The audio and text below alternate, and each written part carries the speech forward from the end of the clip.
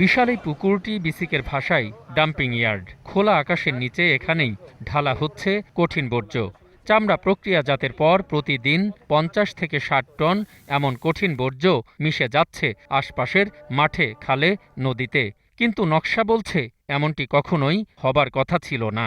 চামড়ার বর্জ্য শোধনের পর তা ঢাকনাযুক্ত ডাম্পিংয়ে ফেলানোর সিদ্ধ নিয়মই রয়েছে দুনিয়াব্যাপী, কিন্তু এখানে তার ব্যত্যয় ঘটেছে।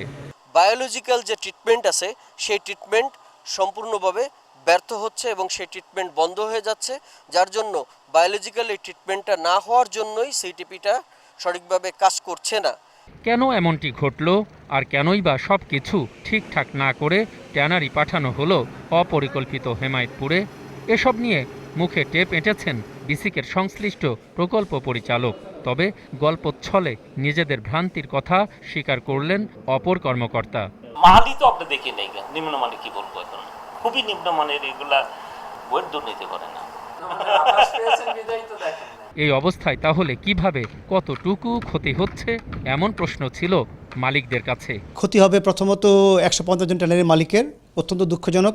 তাদের এটা গর্বের ব্যবসা ছিল, তার সাথে কষ্টভাবে জড়িত ৩০,০০০ শ্রমিক, সেখান থেকে শুরু করে অনেকগুলো সাবসেক্টর আছে, প্রায় ১.৫ কোটি লোক তার সাথে ইনভলভ। ইন্টারন্যাশনাল এক্সপার্ট দিয়ে ভ্যালিডেট করতে হবে যে চাইনিজরা তাদের পুরনো মাল সামাল এনে এখানে যে সংযোজন করছে, এবং তারা যাদের দেশে কোনো সিটিপি না, যারা সিটিপি চালাতে পারে না, তারা কি জানবে এখানে, তারা ওয়াটার ট্রিটমেন্ট প্ল্যান্টের ইঞ্জিনিয়ারদের কাজ করাচ্ছে।